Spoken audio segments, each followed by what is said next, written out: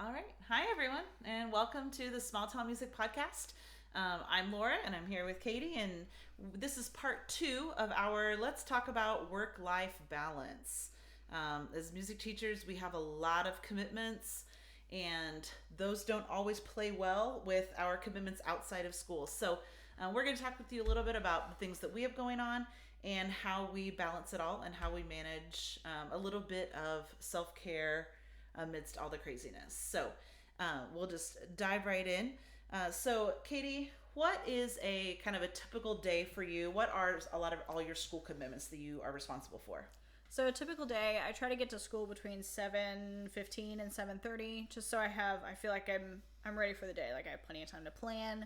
I have, if I need to make copies, or like usually I'll like forget some things, so then by the time it's like close to start time for the day, then I can have plenty of time to remember it. So I have a good half hour, 45 minutes before school starts is just like my time in school to do some stuff, kind of before life gets in the way, before I've like talked myself out of it.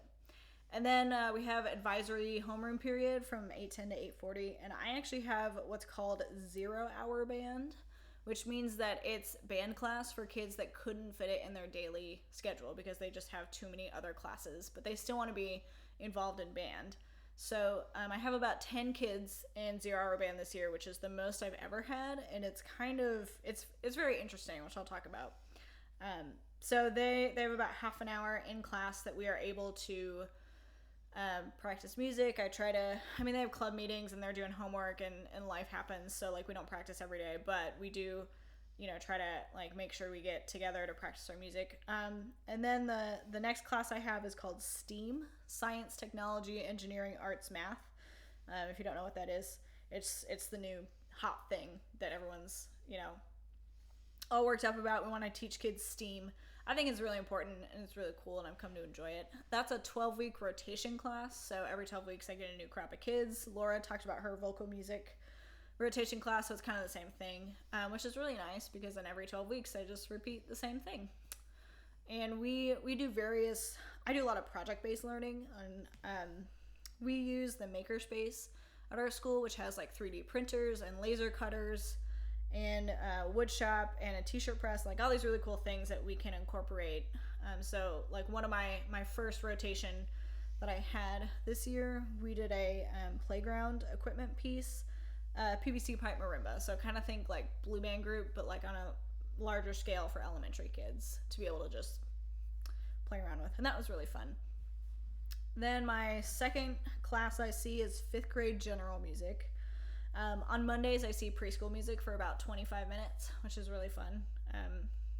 Because if you ever taught preschool music, I say this in the nicest way possible. It's kind of like musical playtime for them because it's just music as a positive experience. And so it's really fun to be able to just like sing songs with them, and they really love it. But then 5th grade general music. So we do I try to do a lot of like upper level, I save the good stuff for the 5th graders, kind of because they're getting sassy at that age, and they're kind of like almost getting a little too cool for music class. So the typical folk songs and reel dances don't work as well. So we do ukuleles. I do a cardboard guitar project. Again, we get to use the makerspace and use like laser cutters and do all these really cool things. And then I have high school band, which is split up again into essentially 2 classes. So I only have about 10 kids in my high school band class. And then I have beginning band, 6th grade beginning band, which is about 17 kids. And then I have a 8th grade study hall that I kind of got roped into, which I just kind of babysit them, watch them do their homework and make sure they aren't causing too many problems. They're the honors kids, so they're usually pretty good. I don't have to get on them too much. And then at the very end of the day, I have 7th and 8th grade combined band, which I have about 20 kids in, which is very interesting to have 7th and 8th graders last. Nothing like middle school at the end of the day. Right. And then, of course, Pep Band, especially we're in the middle of sectional season, so we've got all that going on. And we got Pep Band. In the fall, we do marching band, which is a couple of parades.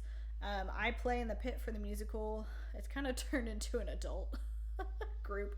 Which is epic. I highly recommend this. If you can pull this off at your school, just rope all of your friends who play instruments into being on the Pep Band with you. Pep Band, not Pep Band. Well, and Pep Band. And Pep Band. Because that's kind of, well, anyway. My numbers are a little small this year, so we have a lot of adults in the Pep Band, and it's kind of fun. And honestly, I call it a strong community connection. I call it an outreach program. Absolutely. In addition to that, we do solo and ensemble, we do ISMA contests, various concerts, etc., etc., etc. All the things. So what's your lesson plan routine look like? My lesson plan routine, with my ensembles, so the band classes, I sometimes plan a week out. It's just like an outline of like, here's what I want to do. And then it often ends up as a like, oh, okay, we didn't get that far, or like, oh, that piece, it's perfectly fine. Let's move on. So sometimes it's kind of a day-to-day thing. I strive to be the person to like write a really nice detailed outline, because I'm a much better teacher and my classroom management is better when I have that like concrete, like we're going to do this, we're going to do this, we're going to do this, with obviously like contingency plans of like, oh, if this passage doesn't go this way, let's do this. If this doesn't go this way, let's do this. But I'm so tired. So that doesn't always happen, but and it's my 6th year teaching, so I have a pretty good idea of when I look at the piece. I kind of know like, yep, we're going to miss that rhythm right there. I know my low brass kids are just going to struggle with this one part, I kind of know those things going into it. With the elementary class, it's really nice because I see the same class 3 times. So I have to do one 5th grade plan for the most part. And each class is a little bit different, so sometimes I have to, pay attention and kind of vary it depending, because I know like, well, so-and-so's class is a little more rowdy, or like we had a 2-hour delay today, so I'm going to have to be really on top of it. And it just, obviously the little things that sometimes you have to switch around. So that usually I try to do like Thursday or Friday for the next week to make sure they're ready to go. Preschool, same kind of thing, Thursday or Friday. So it's kind of fresh in my mind for the start of the week. Or sometimes Monday morning. And then with my STEAM class, it's just kind of based on projects and how we get projects done. So typically, I mean, it's kind of random throughout the week, honestly. It's when I find I'm like, if I'm in a good mood and motivated to do it, then I go. Even if it's like Monday and I'm planning for the next week, then I do it. Or if it's Monday morning and I have to come up with lesson plans right now. It just, like, that's how I find the best time to do lesson plans is like, I don't want to force it. Like, lesson planning isn't that hard for me, but I don't want to be too crazy about it. Well, and at this point, like, you've developed a toolbox. Right. I have. This is the I'm rotation not a first-year class, teacher. and the rotation class, like, you've taught it before at this point, so you have things in your toolbox. So if you're a new teacher, take the time. It's worth the time to make the plan, to do the research, write it out, and take notes for yourself. Make sure you write down what you've done. If you don't get to a lesson, if you don't get to a song in a class, make a note of it so that the next time you see that class, you know where to start off. Make sure that's something that was really hard for me to do, actually. I kind of thought I would trust my own memory, and then I would start singing a song and they'd be like, "What are you?" And I'm like, "Well, we did this song last week." No, we did. Oh. Okay. So make notes for yourself. And then that makes it really easy when it comes to lesson planning. You'd be like, okay, all right, what did we do? What do we need to do now? Let's move on. I think that's a weird thing because, like, in college, you're told to write these, like, crazy detailed things out. And then you get to your job and you're like, well, I'm not going to spend all this time doing that. So you just got to find your niche. Got to find what works best. Absolutely. It's different for her lesson plan book looks a lot different than mine. So you just got to figure out what, we should do an episode on bullet journaling. Okay. That'd be fun. Okay. What, outside of school, what other commitments do you have? So currently I am getting my master's degree online through Ball State. It's a pretty cool program, so I recommend it if you're thinking about it, and I get to keep my job. It's a lot of work. It's a lot of my time and energy and emotional energy spent thinking and doing this project. But I am in my last semester. which is I'm still like shocked that it's happening.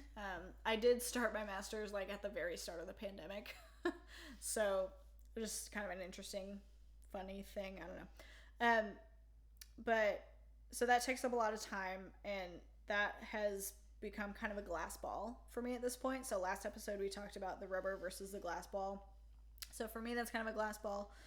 I mean, I'm married, so I like to spend time with my husband. We don't have kids currently, but that is something we're thinking about, and definitely something I think about a lot in terms of like, oh, it's a Tuesday night. What would my life be like if I had a child right now? And yeah, I'm just like, those gears are kind of turning. I have a cat, which he doesn't demand that much of my attention, but he tries to demand your attention. It's nice to spend time with him. I'm on the praise band for my church, so we have practice one night a week, and then I mean, a good chunk of my Sunday is also spent with that. I have been in various community ensembles at different points, and I enjoy that. I enjoy playing in like that kind of professional style setting because it keeps my chops up, and it's a really fun way, because I don't, being the band director, I don't get to experience music the same way anymore. And so it's really fun to just like sit back and play in the ensemble and not be in charge of it. But that's a lot of work. I mean, it's like an hour drive to get to the rehearsal and then concerts. And so unfortunately, I that has been a rubber ball that I've dropped. But yeah. So when you have all these things going on, you've already talked a little bit about, the prioritization of your masters. How do you set those priorities of like what has to come first and what you can let go? I've thought a lot about this, especially like being a childless teacher, and especially like before I got married, even, dating my husband, he was a priority, but it's a very different thing to be dating versus married. But it's just kind of looking at like, what do I need to make my week happen? So I kind of look at like, what are some things that are going on that I need to make sure happen? Like, let's say we have a concert, or we have basketball games, or, we have a fundraising event coming up or something. And like, what do I need to do to make my week happen? And sometimes it's the absolute bare minimum in terms of work, because I've got other stuff going on. And sometimes it's the absolute bare minimum in terms of my social life, because I've got a lot of work stuff going on that I know I need to take care of. So in addition to teaching, I also am on the board of directors for our state music education conference. And so I help run they call it local arrangements. So I kind of run the conference. I help manage all the equipment that gets to and from. That's a big, giant, hairy job. So like, that's a glass ball when that conference comes around. So, it's just setting that. And that's a really nice professional opportunity for me to network and to be involved in this and get to know all these things. But yeah, and sometimes it really is, I have to look at my day, and I have to look at like, okay, I know I'm starting to feel like I'm going to crumble, or like I'm going to hit a wall. What's the bare minimum I need to do to make tomorrow happen? And sometimes, yeah, it is what it is. Sometimes that's a mental health day. Sometimes it's I need to not be here kind of thing. I also have Crohn's disease. So I don't know if any of you have that yourselves, or if you know someone who has that. That really takes a toll on you, especially if it's undiagnosed. So please go to a doctor. And I was undiagnosed for a very long time, but it really, especially when you're stressed out, then your Crohn's disease flares up, and then I'm really forced to take some time off, unfortunately. Not in the way that I want to, but that is kind of a blessing in disguise, that like, I have to remember like, okay, like we got to take it a little bit easy sometimes. Like, yeah. So, teaching can be stressful. Mm-hmm. What? At times, sometimes it's the best job in the world. Sometimes it's a little bit different. So how do you stay motivated? How do you, whenever you really just want to throw in the towel, how do you keep going? When I really want to give up, And it's definitely the times when I've like worked. I think in December there was a time I worked like literally like 20 straight days or like 15 straight days or something crazy. Yeah. Because we had like concert and basketball and concert and basketball and like just like those were crazy times. It was a lot, and so it was just kind of a like, okay, I gotta push through, and then I'm going home at 3:00, or like my contract says leave at 3:30. I'm out the door at like 3:29. Like I am leaving. I'm not showing up until 7:45. Like I'm spending date night with my husband, or I'm gonna not think about school, or sometimes it's like not what I want to do, but I will try to like professional development sometimes. Like if I look up like a TED Talk, that's like a quick booster shot for me of like, if I go hear someone else's, professional development, or listen to someone else's podcast or something about like, teaching, then I get a little bit more inspired. I also really try to focus on some of the positive things. So like today I got an annoying message from a parent, and it really like brought my evening down. And I was really frustrated. And then I thought back to high school band, and they got a really hard part in the piece that we're working on today. And it felt really good to make music with them and to know that like we can do it and they can play this hard piece of music. And even though I have 10 kids in band, they sound pretty good and they can hold their own. And that it's like, okay, all right, that's what it's about. That's why we're here. So what's your self-care? What's your hashtag self-care? Yeah, so I already talked a little bit about my Crohn's disease. I try to make sure I exercise pretty regularly. It doesn't always happen because, you only have so many hours in a day and so much energy. And especially, like, I don't sleep very well. I'm very often up in the middle of the night for long periods of time. So then it's like, I'm done. But I do try to exercise, and sometimes that means getting up at like 5:30 to make sure I exercise before school because I know I'm going to have a long day. Sometimes that's 7:00 at night, right after dinner, just like dragging myself off the couch and like, yep, we're going to do it.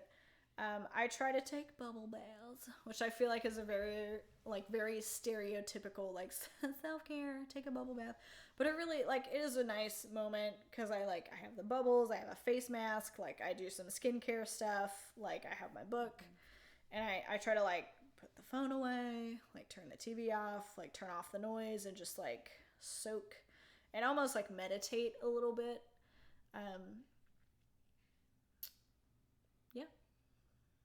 Yeah, it's important to like find that peace, to like have those moments where you're not being influenced by everything else, but you can just like. And sometimes it is also watching some trashy TV show. Hey, it's okay. Whatever helps you turn your brain off. Yep. Because sometimes you need help with that. So, what else? Any other last words of wisdom, tips to teachers out there who are feeling maybe a little overwhelmed right now? I think I really struggle with taking that day off. Even if I am like legitimately sick, I still feel, if I have like a fever and I'm like unable to stand up, I'm still like, oh, I should be at school. It's okay. Like I kind of said this in the last episode, but it took me it really sneaks up on you. If your personal life, if your own like physical, mental, emotional health is not right, then you're going to not be a good teacher. You're not going to be in a good place. So like I was really, really sick with Crohn's disease, and I hated my job. And not because my job was so terrible, but because I was so tired and sick and just felt awful. And it just wears on you and it creeps up on you and you don't realize it. But just watch out for that. Pay attention to the signs of burnout. Because again, it's not a like, oh, I feel great today. Oh my gosh, I definitely am burned out right now. It's a very, very slow process, and it comes in the form of being agitated easily. It comes in the form of not wanting to do your job, snapping at kids, just kind of being lazy at your job and being okay with it. And it's just something you got to pay attention to and try to find a way to like turn yourself around and say like take a step back, take a mental health day, take personal day, like whatever you need, do it. Like you can't be a good teacher if you're not healthy in all the ways. I see a therapist every couple of months as just like a really good check-in to be like, yeah, this was a really rough thing and I had a hard time dealing with it. And what a great model for our kids. I mean, like mental health is huge right now with kids of all ages. And so what a good model that is to be, to be open and transparent about the fact that you take steps to take care of yourself. And obviously there's a line. If you're coming to work literally in tears every day because your job is so stressful, maybe that job is not for you. Like if you're or if you're like just way overworked constantly with no end in sight and your admin doesn't care, there's obviously things that you need to do to like make sure. But sure, there are definitely unhealthy situations, right, that you need to get out of. You shouldn't just push through everything. But yeah, I think at this moment that's all I have to say. Very good. Well, we look forward to our next episodes. Make sure that you like and subscribe our channel on YouTube. You can find us on Apple Podcasts. You can find us on TikTok, Small Town Music Podcast. Gmail, you can email us if you ever have any questions, smalltownmusicpodcast@gmail.com, which is also our YouTube. If you are listening to the podcast, you can find us on YouTube there as well. We're also on Instagram, small.townmusic, and we've been posting there just some tips and tricks and updates whenever new episodes come out. And so make sure to follow us and find us there. And if you have suggestions, if you have things that you would like for us to do an episode on, send us an email. Yeah, we want to hear from you. Absolutely. So thanks so much for tuning in. Take care.